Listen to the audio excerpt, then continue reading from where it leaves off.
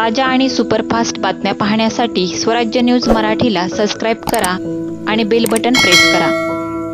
आमदार विजयकुमार देशमुख यांच्या विशेष सहकार्याने आणि नगरसेविका वंदना अजित गायकवाड यांच्या विशेष प्रयत्नातून प्रभाग क्रमांक 4 मध्ये विविध विकास कामांचे उद्घाटन व लोकार्पण सोहळा मंगळवारी पार पडला। लोकशाहीर अण्णाभाऊ साठे नागरी वस्ती सुधारणा योजनेअंतर्गत अंबिका चौक ते भीमरत्न चौक रस्ता डांबरीकरण तसेच बसवनगर येथे समाज मंदिर बांधकाम आणि SR गायकवाड सभागृहाचे लोकार्पण सोहळा न्यू बुधवारपेठ येथील जम्मावस्ती येथे करण्यात आले।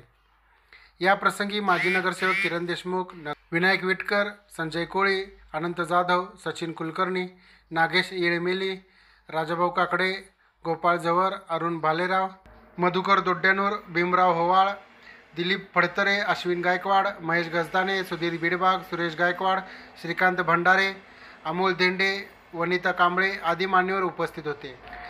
सर्वाधिक निधीचा सदुपयोग करत प्रभागाचा चेहरा मोहरा बदलून टाकला आहे, अशी प्रतिक्रिया भाजपचे युवा नेते अजित गायकवाड यांनी दिली। ते इथं मेघाचे घर यांच्या घरापासून असा अखंड पूर्ण रस्ता, या रस्त्याचं उद्घाटन सोलापूर जिल्ह्याचे माजी पालकमंत्री आदरणीय विजयकुमारजी देशमुख मालक यांच्यामुळे आज हा निधी त्यांनी दिल्यामुळे हा रोड होत आहे। हा रोडची माझ्या माहितीप्रमाणे आम्ही लहानाचे मोठे झालो मालक, परंतु हा रोड कधी बनला नव्हता। परंतु या रोडचं नशीब आहे, ज्यावेळेस आम्ही नगरसेवक झालो त्यावेळेस दुसऱ्यांदा हा रोड होत आहे। ज्यावेळेस पहिला निवडून आलो होतो कोरोनाच्या आधी, त्यानंतर हा रोड मालकाच्या आशीर्वादामुळे हा रोड दुसऱ्यांदा होत आहे। त्यानंतर इथेच बाजूला आज त्याचेही लोकार्पण आहेत। माझे वडील आदरणीय दलित पॅंथर संस्थापक सदस्य यशवंतदादा गायकवाड यांच्या सांस्कृतिक भवन यासाठी देखील मालकांनी 90 लाख रुपये दिले होते। आज ते 90 लाखाचा हॉल अत्यंत चांगल्या प्रकारे व सुशोभित झाला आहे आणि तिथे मालक सर्वात जास्त कार्यक्रम चालू झालेले आहेत। त्यानंतर इथे समोरच आपण त्यामुळे आपण सर्वांनी मालकांच्या बाबतीत सर्वांनी स्वागत करून सर्वांनी टाळ्या वाजवावं।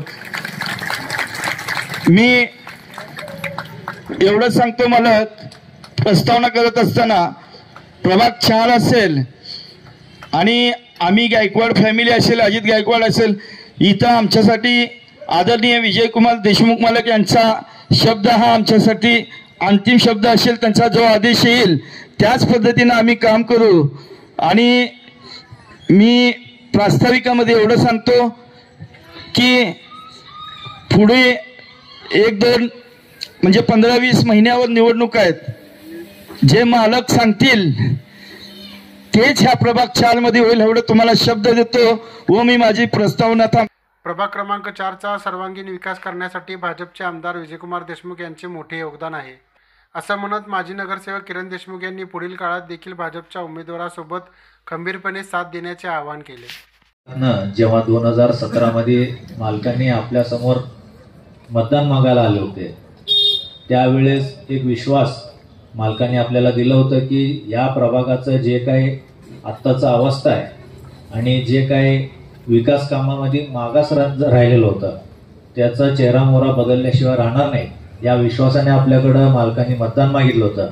आणि वंदनाताईंच्या माध्यमातून, भाऊंच्या माध्यमातून भारतीय जनता पार्टीचे सर्व नगरसेवक व प्रत्येक कार्यकर्ता या प्रभागातनं ज्या पद्धतीने पाठपुरावा करताय, मालकांचं खरंच या ठिकाणी आपल्याकडं झुकतं माप म्हणलं तरी भाव ठरणार नाही। कारण माझ्या प्रभागापेक्षा जास्त निधी मला स्वतःला अभिमान वाटतंय की या भागातले अजित भाऊ ज्यांनी सांगितलं की प्रभाग 2 मधनं ते जेवढा निधी भेटतं त्याच्यापेक्षा जास्त निधी आम्हाला भेटलाय। मला सुद्धा अभिमान वाटतंय की मालकांनी आपल्या ज्या ठिकाणी गरज आहे त्या ठिकाणी झुकता माप देऊन आपल्या कष्टातले असलेल्या लोकांचं जीवन सुखद व्हावं यासाठी त्यांनी अतिशय चांगल्या पद्धतीने या ठिकाणी निधी दिलेला आहे। आणि ताईंचा आणि भाऊंचा विशेष आभार मानतो, कारण आपण ज्या परिसरातनं लोकांनी आपल्याला विश्वासाने निवडून दिलं, ज्या विश्वासाने महानगरपालिकामध्ये पाठवलं, 2014ला जेव्हा मालक विधानसभेला उभं राहिले होते आणि भाऊंनी त्यांना पाठिंबा दिला या भागातनं, त्यावेळेस या भागातल्या लोकांचं भारतीय जनता पार्टीला बघण्याचा दृष्टिकोन वेगळा होता, पण मालकांच्या विकास कामावर विश्वास दाखवून या भागातल्या नागरिकांनी भाऊंच्या माध्यमातून मालकांना पाठिंबा दिला. त्यावेळेसपासून आजपर्यंत मला वाटतं की आपला प्रभाग मागं वळून पाहिलेला नाही. नक्कीच आपण मागच्या 10 वर्षात पुढचे 20 वर्षाचे विकास कामं या ठिकाणी खेचून आणलेले आहेत, हे बोलायला अभिमान वाटतंय. ज्या परिस्थितीतनं आपला प्रभाग मागच्या 10-15 वर्षात विकास केलेला आहे आणि त्यासाठी भारतीय जनता पार्टीचा प्रत्येक कार्यकर्ता आपल्यासाठी झटत असते. फक्त नगरसेवकच नाही तर आपण साध्या कार्यकर्त्याला जरी सांगितलं तर ते हा मालकांपर्यंत पोहोचवायचं काम भारतीय जनता पार्टीचे कार्यकर्ता अतिशय चांगल्या पद्धतीने करतात. या ठिकाणी नागरिकांची समस्या लवकरात लवकर सोडवण्यासाठी या भागातले सर्व नेतेगण तात्काळ मदत पोहोचवण्याचं काम या ठिकाणी प्रयत्नशील असतात आणि हेच भारतीय जनता पार्टीच्या मालकांच्या नेतृत्वाचं संस्कृती आहे, जे आपल्या विकास कामाच्या माध्यमातून आपल्या प्रभागाचा चेहरा मोहरा बदलले गेलेला आहे. येणाऱ्या काळात सुद्धा असंच विकास काम आपल्याला सुरू ठेवायचं आहे.